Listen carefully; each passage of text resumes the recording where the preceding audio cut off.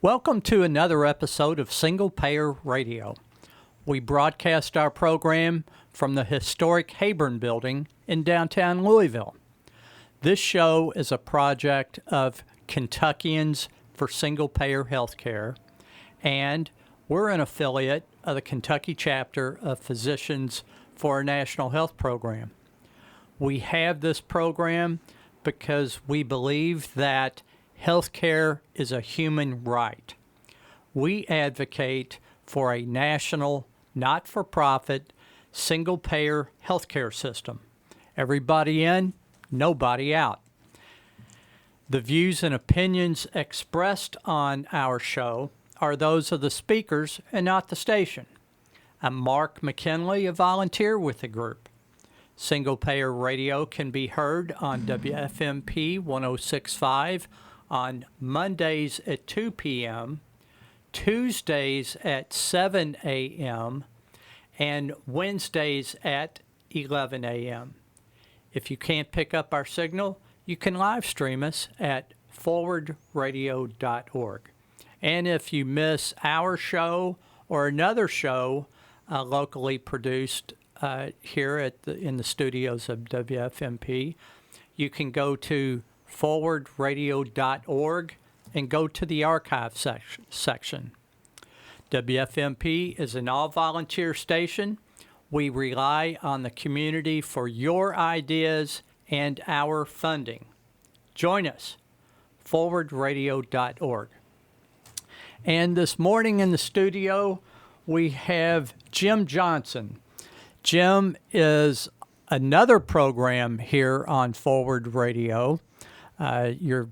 Once you hear him, you'll know that. And I'm going to let Jim talk a little bit about how he arrived at our studio this morning on Single Payer Radio. Good morning, Jim. Good morning, Mark. It's good to be here. So, yeah, I'm a co-producer of the radio program Solution to Violence that airs on WFMP as well. Our program airs on Mondays at 5 p.m., Tuesdays at 8 a.m., and Wednesdays at 6 a.m. So, and I come to this position having taught in the Jefferson County Public School System for 31 years. I've worked as a mentor for 3 years. And so when the program WFMP came about, a lot had to do with the work of Mark McKinley, who did a lot of work to get this station started. So we are greatly appreciative of that. Solutions to Violence has been on the air for 5.5 years, and WFMP 106.5 FM radio has been on the air 6.5 years. So we greatly appreciate people's listening and your support.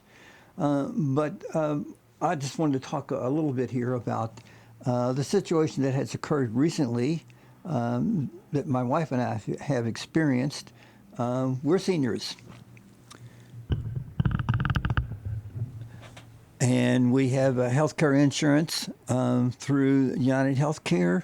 My wife's insurance company is Humana. And we got a letter from both of those companies recently that said, we're sorry, but your physicians are no longer in network.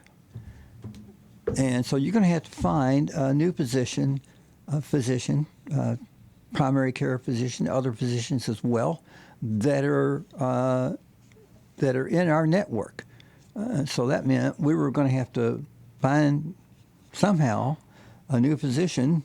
My wife was struggling with a pretty severe cough. It turned out to be a pretty severe bronchitis. She also had some high blood pressure issues going on. And we had no doctor. And so we called Humana, her insurance company, and Humana said, well, they gave us a suggestion. We called that physician, and that physician said, well, we don't have anything until November.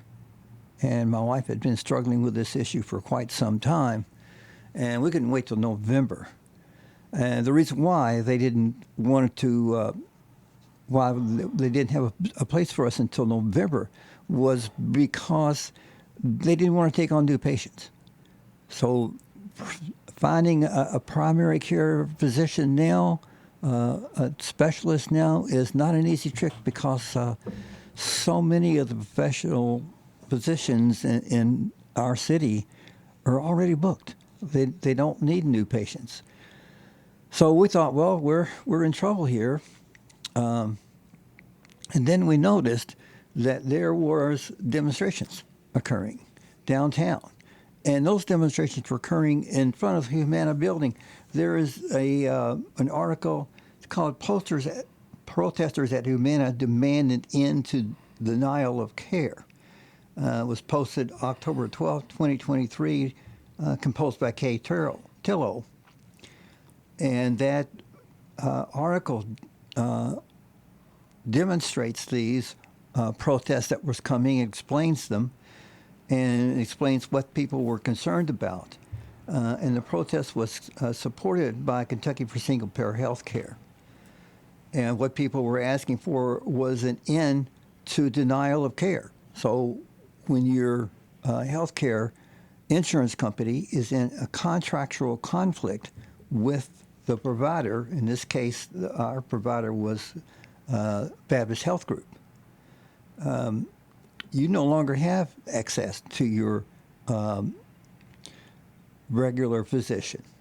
They also wanted the right to choose your doctor, an end to forced placement in Medicare Advantage, an end to ACO REACH, and the privatization of Medicare, and an enactment of a national non-for-profit single-payer plan, improved Medicare for all. So this became an issue for us, and to be honest, I've always been a supporter of a single-payer healthcare system, but it really became an issue for us when we figured out that we no longer have a physician that we can get to in any kind of timely manner. So, Jim, let me ask you, how long have you and Carolyn been with your primary care physician and within the Baptist network? Yeah, within the Baptist network, we've been there for decades. So we were both teachers. My wife taught in the Catholic school system for 25 years, and I taught in the public school system for 31 years. So our insurance company comes through those two education organizations.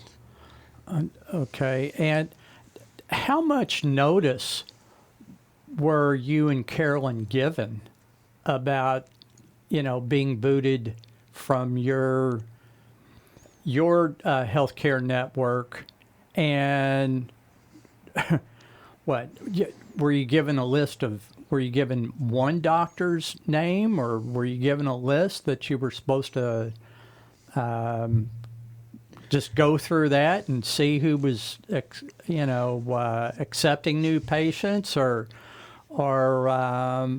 it's kind of like you're on your own. Thanks for being a great customer all these years, but things have changed, and you're on your own. Good luck, buddy. Yeah, that's kind of the way it was. We got a letter from Baptist Health, and two letters, and then we got a second letter from Baptist Health.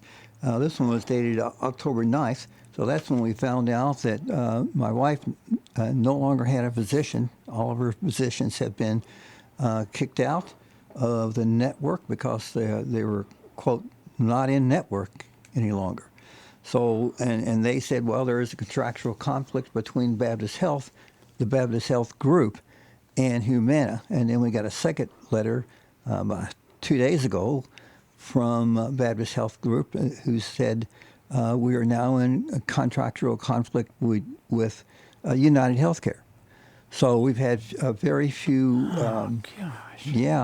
very few noticed. In all fairness, my wife finally got a call from Humana yesterday. And so she does have an appointment for Wednesday with a doctor that we have never heard of. So I think what happened is that Humana is feeling some pressure now. The demonstrations are being publicized. They're finding out that people are not happy. People are filing claims with the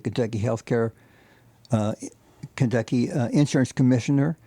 And so they are working now to at least get people in contact with a doctor, certainly not the doctor that they're used to going to, but a doctor anyway. So she will get an appointment with this new doctor that we've never heard of. And Jim, as far as your previous doctors have your medical histories, they know what different prescriptions or treatments you're under. What's that mean for you with this new doctor? Are you supposed to go and pick up all your records and take them to the new doctor, or you just go in cold to a new doctor? And doctors' practices anymore, they're they're run by management companies that they're production oriented and don't want to spend too much time with a patient. I mean, and that's a tough row to hoe. Oh, sure it is. And actually, Mark, I don't know the answer to that question. I don't know if this new doctor that we have never heard of has has access to my wife's records or not. So what they usually do is they send you a registration document and it asks you a lot of questions about your medical history. That may be all they have. So, and for my wife, that's a huge problem. And she was one of the last kids in Kentucky to contact polio when she was a kid. So she's struggling with all those medical issues as well.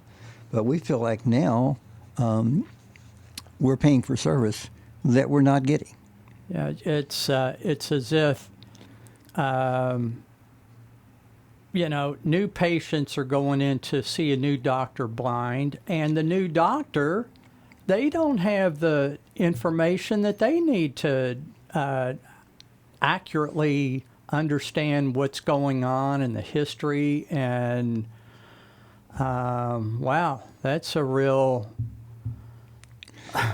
terrible problem. Yeah, it is. And I went to see my cardiologist yesterday, just before he was kicked out because he's no longer in network. I was lucky enough to get in to see him, and I brought this issue up, and he said, "Well, doctors are the last people on the totem pole here to get notified." He says there is so much administrative paperwork that doctors have to do now. It takes up a great deal of their time, and doctors are not interested in doing paperwork. They're interested in practicing medicine. And he says, but he's had Humana, he's had all prepared for surgery for one of his patients, and the day before, Humana sends him a note that says, well, we don't approve this surgery. And so what's he going to do? And he says he's trying to call back, and nobody answers the phone over there. So he's had to postpone surgeries because they weren't approved, and that disapproval was delivered the day before the surgery. So doctors are upset about that. Back in November 2020, there was an economist, Dr. Gerald Friedman? Thank you. Yeah, Okay. Gerald Friedman, who came to Louisville from University of Massachusetts Amherst, and talked about single payer, and that's one of the issues that he brought up. So my story here is anecdotal, I understand that, but Dr. Gerald Friedman is saying the research that he's conducted demonstrates that this is an issue for doctors all over the country, having to deal with administrative cost and administrative issues that they really don't want to have to deal with. They want to practice medicine. They don't want to fill out a whole stack of documents that explains why they think this surgery is necessary. So that's another issue with the single payer and the privatization of healthcare in this country that we're facing now. And I think people are just really becoming more aware of it because of these conflicts between medical groups and their doctors. Yeah, and Jim, I'm so grateful that you were able to come in and share your story. I mean, we see all these statistics, but having real life stories behind those statistics and what this means as far as unable to choose your own doctor. You talk about surgeries having to be canceled. So denial of care, all the headaches that go into, what are we left? Are we supposed to go to the phone book and find a new doctor? What kind of assistance? I mean, they're the ones who, the numbers crunchers are the ones who say, we can't continue the relationship anymore. But it's the patients who bear the brunt, and the doctors. I mean, doctors have had, like you say, decades of relationships with their patients. And when we find a doctor that we're comfortable with, who is it for? Somebody, whether it's Humana or United Healthcare or any of the other insurances, that have the right to say, sorry, pal, sorry about your luck, but you're on your own. And, it's just, like I say, I'm so glad that you were able to come in and tell your story. Listeners need to hear this, that it's not just another number, another number in a newspaper story. Well, yeah, sure. And Dr. Gerald Freeman pointed out that healthcare in this country has gotten to be outrageous. Back in 2020, the United States was spending $3.7 trillion on healthcare, more than any other country on the planet. And now that number has gone to, by 2021, it had gone up to $4 trillion. And just in a couple of years, it's going to be somewhere around $6 trillion, according to Dr. Gerald Freeman's prediction here. So way more than any other country on the planet. And the other issue is here, even though that we are spending more money on healthcare than any other country on the planet, we're not getting good healthcare. And according to Global Citizen article, and they use the Bloomberg Healthiest Country Index. Here in the United States ranks 35th. Not only are we not in the top 10 countries in terms of health care, we're not even close. We're 35. We're ranked 35th and the 35th healthiest country in the world. So we're spending an enormous amount of money for health care, and that money is going to increase as seniors get older. But we're not getting good health care. Yeah, Jim, it's and regular listeners of single payer radio have heard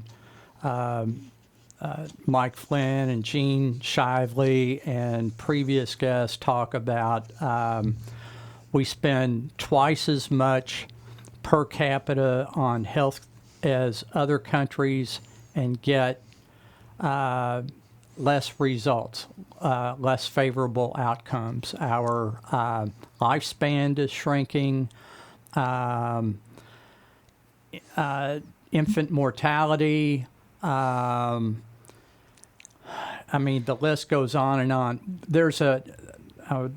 I saw an article yesterday in Commonwealth Fund that there's a 39% difference between administrative cost in the U.S. versus Canada.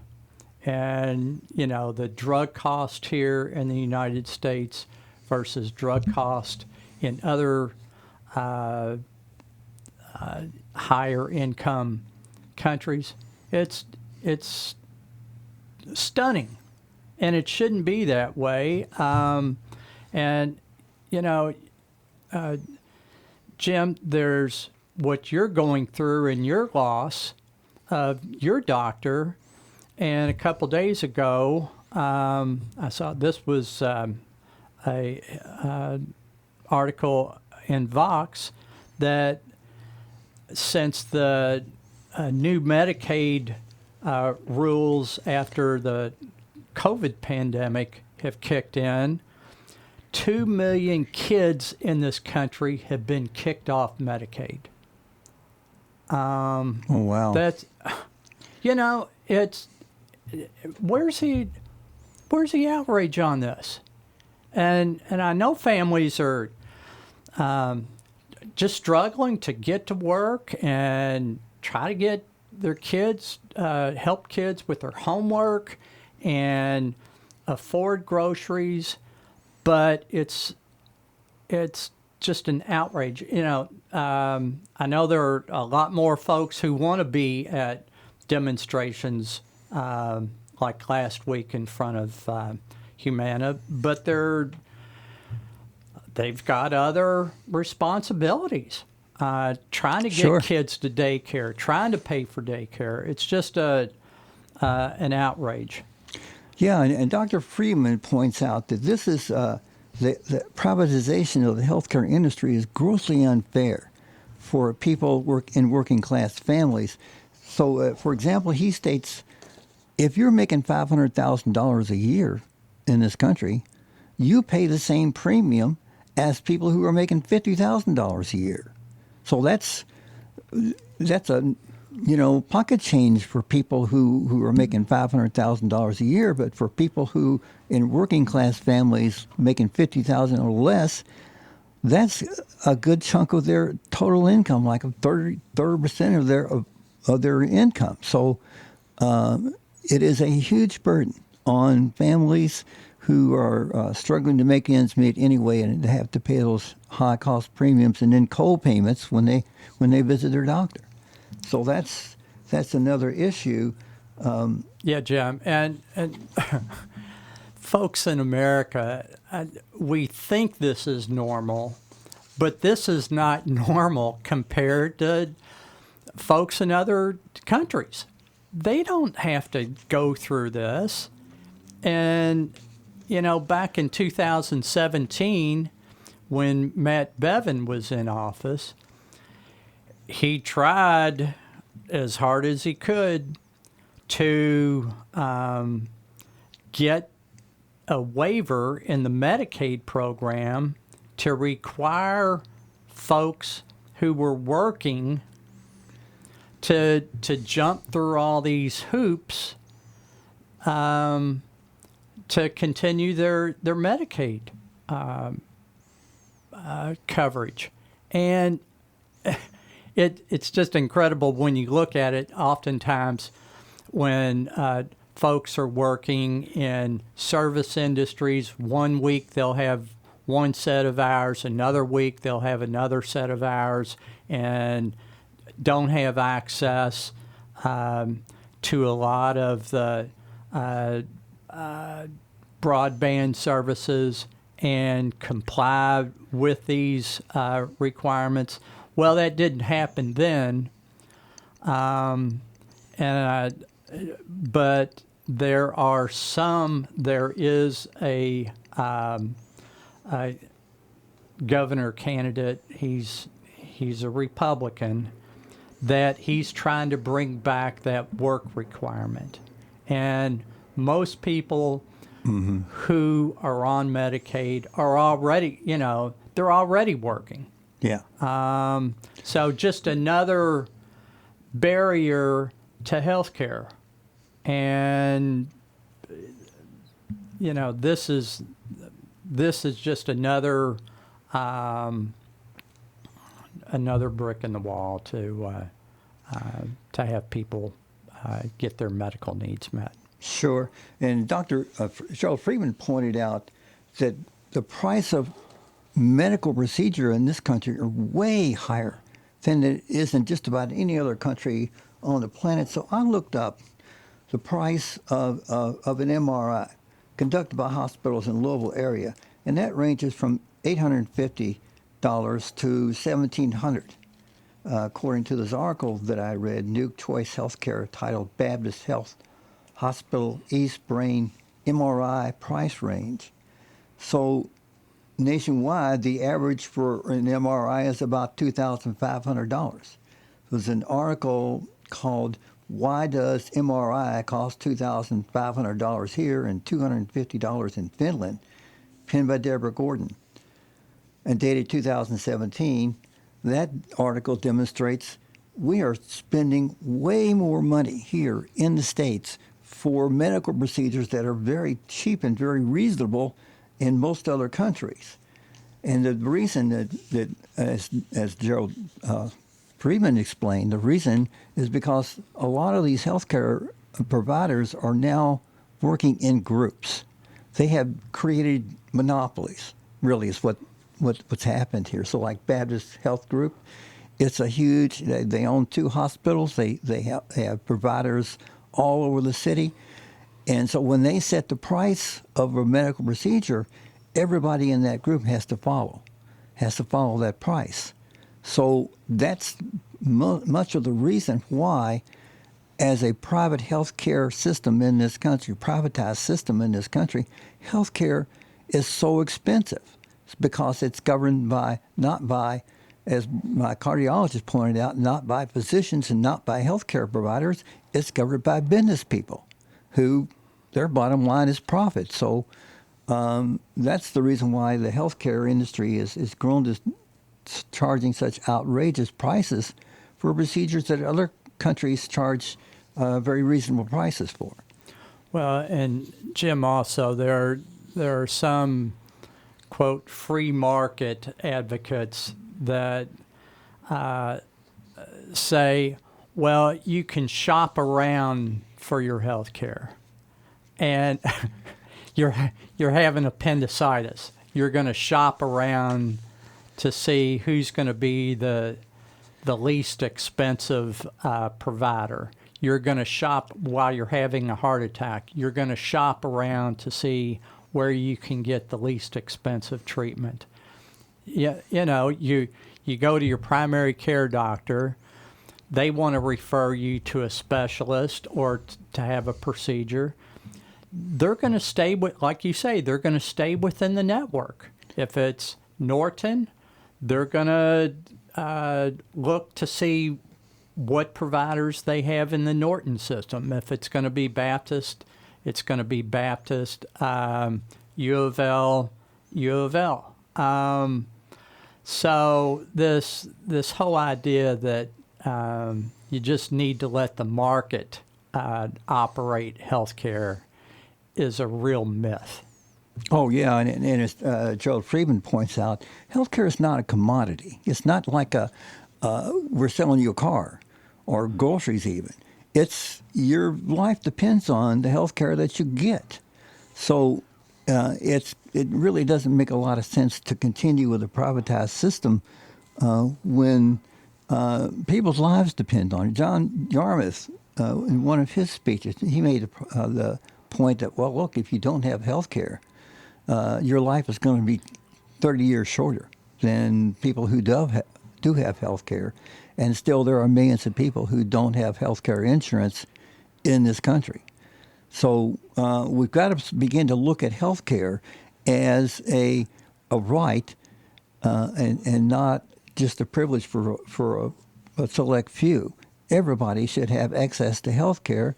That's a humanitarian issue here. So, yeah. Yeah, one of the wealthiest economies in the world, and we still have millions without insurance coverage, more millions who can't access care because they can't afford the co-pays, the deductibles, those other items. 1/3 of the U.S. healthcare cost, or not, of the industry cost, are not related to actual care being provided.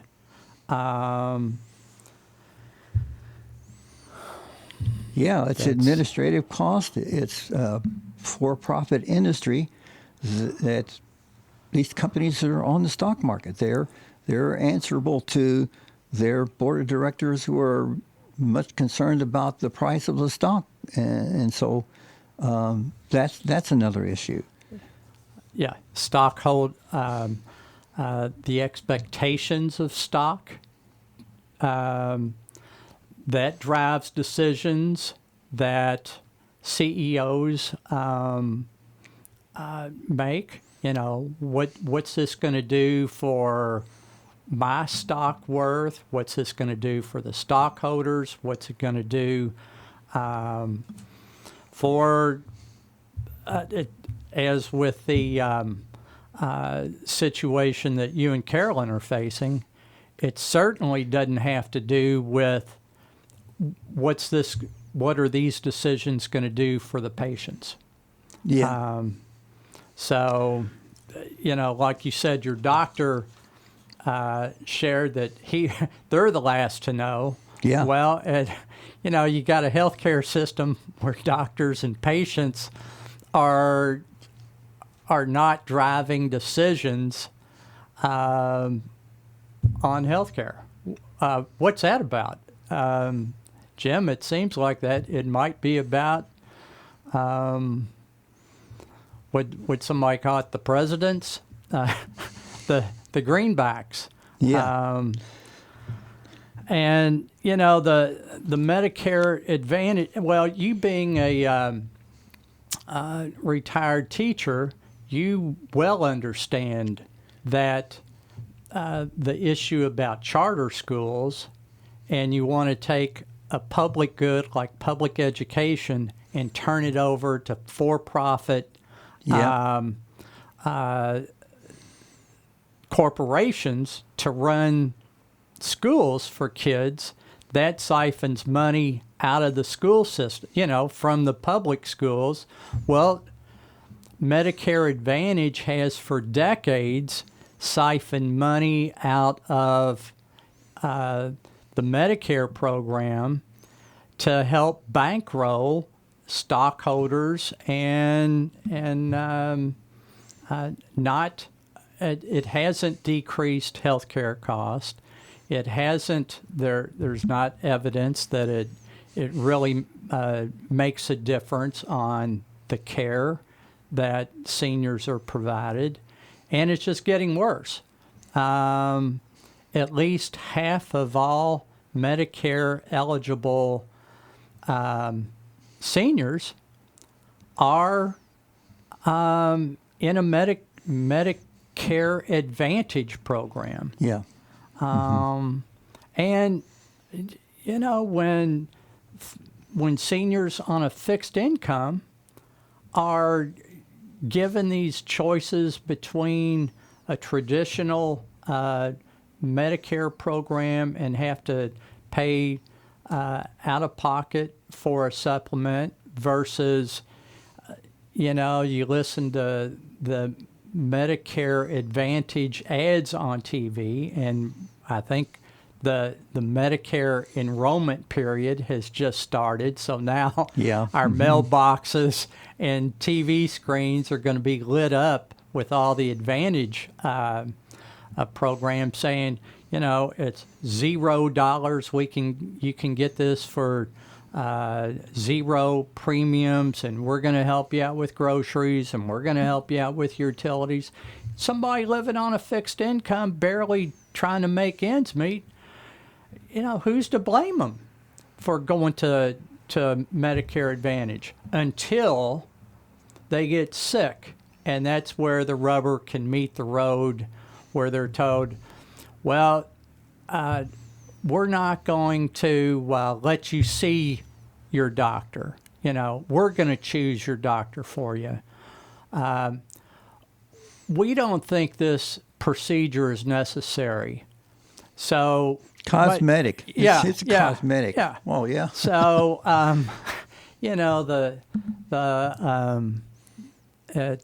some might call it a scam. Far be it from me to say so, but some of it sure looks sketchy. Yeah, well, as a former teacher and having taught a lot of kids from working class communities, I know some of those kids are their parents are struggling to make ends meet, and they are sometimes having to make a decision: do I buy the medication I need, or do I buy food? A lot of our parents are saying, and women in particular, this hits women really hard because they're a lot of times head of the single parent household. And so what they have to decide, I'm going to buy food for my kid, I'm going to buy the medication that my kid needs, but I'm not going to buy the medication for me because I can't afford it, because my health care premiums are so high I can't, and all the other pressures that are put on working class families to have to pay those premiums and then get in a situation where they have to decide whether to buy food or medicine. That shouldn't happen here in this country, the country that has the largest economy in the world. Jim, let me ask you, as far as did and this isn't, I just don't know how this happens, but with like the Jefferson County Teachers Association and other retirement kind of or other pension organizations or organizations that make decisions for their members, the retired members.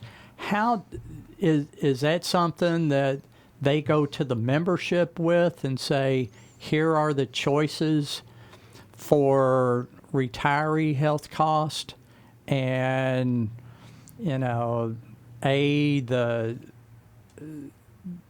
this plan will cost this much, but we might have more. It's maybe more toward the traditional Medicare, and Plan B for retirees might be a lower cost, but it's going to be the advantage. And some of these issues with Medicare Advantage, they when you see the ads on TV, they don't reveal some of the issues that what the differences are between traditional Medicare and Medicare Advantage. How did that unfold to retirees, say, of the Teachers Association? Yeah, that's a good question, Mark. I remember when I was teaching, every year at the beginning of the year, there was an in-service where teachers were invited,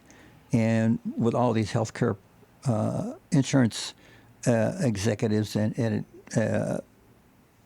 maybe salesmen, I don't know. But we could go to, like, at the Newberg Center and talk to these people and tell them what our situation was, and they would kind of guide us through that. But they don't do that anymore. Okay. So what we do, we get the same booklet that everybody else gets when. Sorry. It's okay.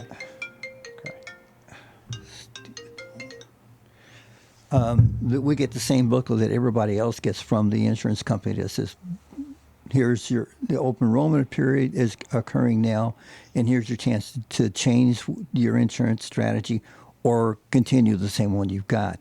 So they don't reach out to us, and there's no workshops set up to help guide teachers through that process.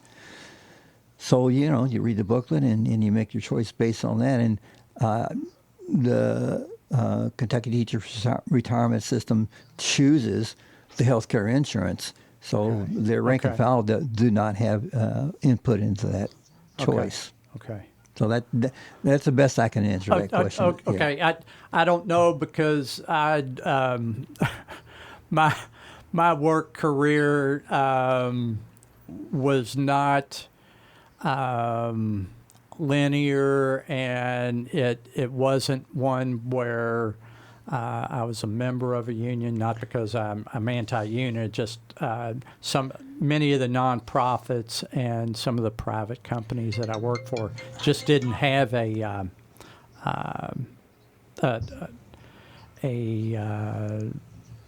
bargaining representative, so it's kind of on my own. And I had a little bit of experience with that, being on your own when the Affordable Care Act came into play, and we were all I was working at Project Warm when that came into play, and Project Warm provided us a stipend to put toward our insurance, and it was, we went out, for me, went out onto the affordable care market and got that. But then I also got, I remember one time when I was looking for a surgeon to cut this lipoma on my neck. Thank goodness it wasn't a cancerous mass, but I was kind of on my own, asking friends, well, who would you recommend? And like, really? Yeah. And wow. it was one of those deals where I recalled one outfit that it sounded pretty promising, and then I was going through the application over the phone with the screener, and she said, well, let me get your insurance policy number, and I gave it to her, and apparently there were some suffix at the end, and it identified me with Affordable Care Act, and she said, we don't take that. Oh, really? Yeah. Yeah. So it's a de facto denial of care, and also with a lot of Medicaid patients. I mean, the reimbursements for Medicaid, Gene and Mike have said this on the show many times, that it doesn't cover the cost of the procedure. And so many doctors are going to say, sorry, we don't take that. So, Medicaid folks trying to find dentists, trying to find a specialty if they need to get referred to a specialist. It's so unfortunate that we didn't choose our parents right. We didn't choose our parents with a good a good lifetime insurance policy. Yeah. Yeah. And here's another issue. There are quite a few doctors, physicians out there who are categorized as alternative medicine. So I have this son who is 41, I think, and he's vegan, and he's much into, he doesn't like he's much into alternative medicine, and he would prefer to go to a physician that is he sees as an alternative to the traditional medicine that most doctors have learned. So, but you want to go to an alternative physician or provider, you're going to have to pay for that out of your pocket, because the insurance companies won't pay for it. Yeah, it's not on the list. Right. Of course, I guess in the past, and I don't know, I've never been to a chiropractor, nothing against chiropractors, but I think in the past, chiropractors were seen as alternative providers. And now I think that has changed, and some chiropractors may be on, approved list. I don't know. Yeah. I'm part of the population that your son's in. I'm vegan at home, and whatever. So. Yeah, and there's a great deal of science out there now that says holistic medicine is a very good idea, and includes meditation, maybe yoga, and a healthier diet, more more vegetables, less beef and pork, and so a lot of these alternative physicians and providers support that kind of lifestyle, and there's a great deal of science that demonstrates that lifestyle is beneficial for most people. Well, and as well as there are doctors with patients in food deserts that don't have fresh fruit and vegetables, that I think there are some more pilot programs where the physician can prescribe, use resources to help them get fresh food and vegetables. I think maybe some of I don't know if it was the first public health center that was established in this country. I think it was down in Mississippi, where malnutrition was a big issue. That the community health center was able to address health issues with the prescription of proper food as a remedy for that. Yeah, in fact, malnutrition is an issue here in Louisville. There are 3 neighborhoods, Shawnee, Chickasaw, and Newburgh, all African-American neighborhoods who are classified as food desert by the Food and Drug Administration because there's no grocery stores in any of those neighborhoods that sell fresh produce. And having my experience as a teacher, I know kids that are coming from those neighborhoods, they have struggled with school, they struggle with attention spans, a lot of them are obese. They struggle with diabetes, other kinds of healthcare issues, and the reason is because they're not getting anything that looks like nutritious food. So that's an issue that could be covered under a single-payer healthcare system as well. Yeah, it's so many of the concerns, issues that we brought up today, that if we had a single-payer system where everyone has basic health care coverage, that we wouldn't have to talk about that. Put single payer radio out of business and just bring on a single payer system, nonprofit, national single payer system. Sure. So, Jim, we're going to be wrapping it up here shortly. Any other concerns or issues that you'd like to bring up? Or let me ask you this. Are you talking with any other of your fellow retired teachers who are experiencing, the issue of being dropped by their plan? Their providers dropping them? Yeah, I have not. I probably should talk to some of those folks because I know several retired teachers that are in the United Healthcare system, and I know they have to be experiencing the same kind of issues that I am. And you get to be a senior, and you really need access to healthcare, and you need to know who your doctor is. So I do have one question here, Mark. Okay, sure. So and I'm not an expert here on this issue, but I wonder, there's some criticism from mostly private healthcare. How much is it going to cost us?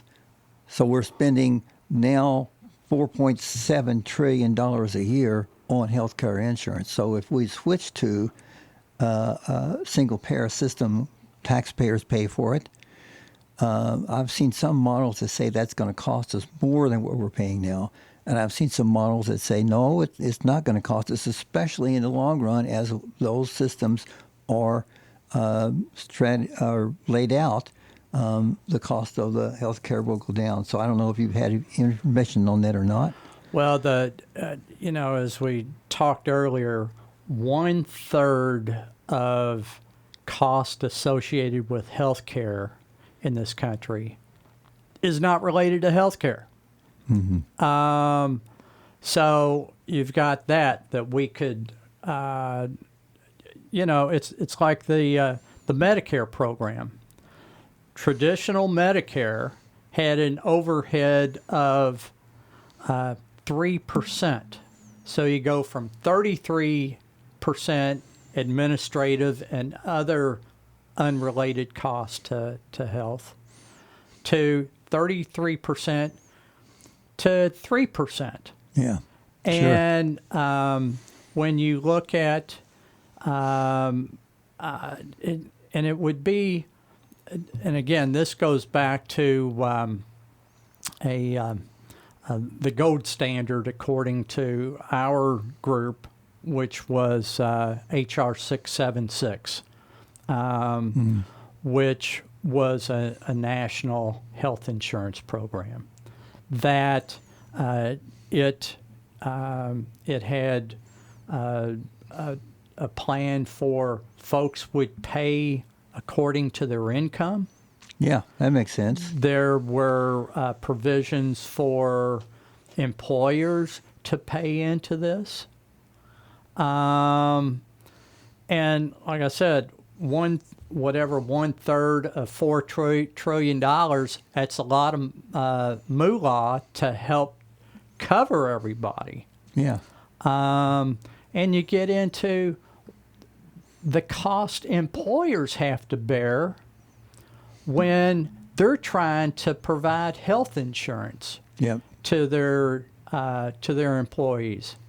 Ford up in Canada, they're not having to deal with all these negotiation issues, benefit packages related to health. Oh, yeah. That you cross the border and employers and their workers negotiating healthcare cost. So it would, it would help our economy when employers can focus on their health or, on making that vehicle or getting kids off to school.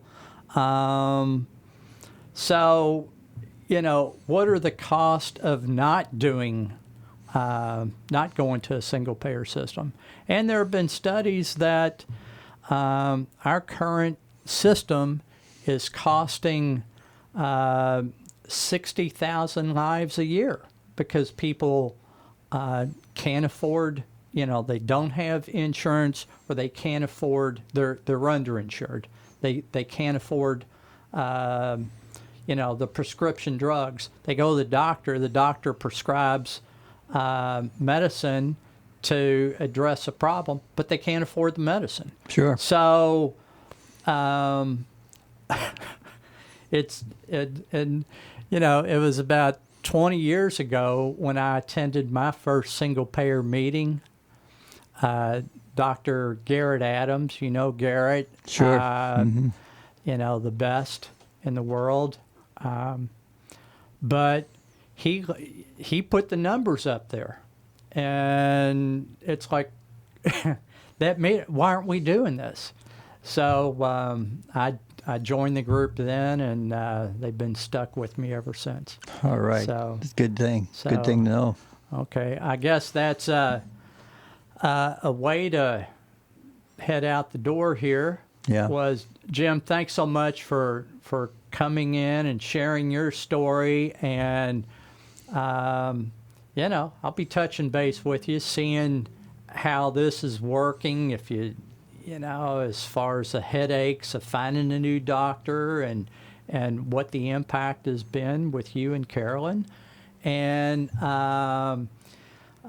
seeing if you've checked with any of your other former teachers. Sure. And for listeners, if they want to find out more about Kentuckians for Single Payer Healthcare and how to become involved in the movement, they can go to kyhealthcare.org, kyhealthcare.org. There were some news media there at that demonstration last Wednesday, October the 11th. There were labor leaders There were retired persons organizations. So there are clips of that demonstration up on the Kentuckians for Single Payer Healthcare website. Yeah. That people can go to and check that out. And if you want to, if folks want to contact our chairperson, Kay Tillow, directly, Kay's email address is nursenpo@aol.com. That's nursenpo@aol.com. So, Jim, thanks again for coming in. And thank you, Mark. Really glad that you and Jamie are, you've got your show going and you keep it going. And it's, you know, here at Forward Radio, a lot of us met each other out on the streets, whether it was guilty. you know, 20 years ago when Bush was beating the drum to go into Iraq. Yeah. That's where I met so many great folks out there. I met John Wilburn out there on the streets, Judy and Johanna and the whole LPAC group. Yeah. So, Judy Monroe Layton. Yeah, and that's how the station started. Was from the ground up. Those folks. So, want to remind people that if you'd like to learn more about Forward Radio and how to become involved with WFMP 106.5, you can go to forwardradio.org. There is, if you've got an idea for a radio program, you can click the contact button up there on the website. If you got a couple nickels burning a hole in your pocket, there's a donate button that we always are looking for funding for this program, for this station. It's an all-volunteer station. For Single Payer Radio, I'm Mark McKinley. Thanks for listening.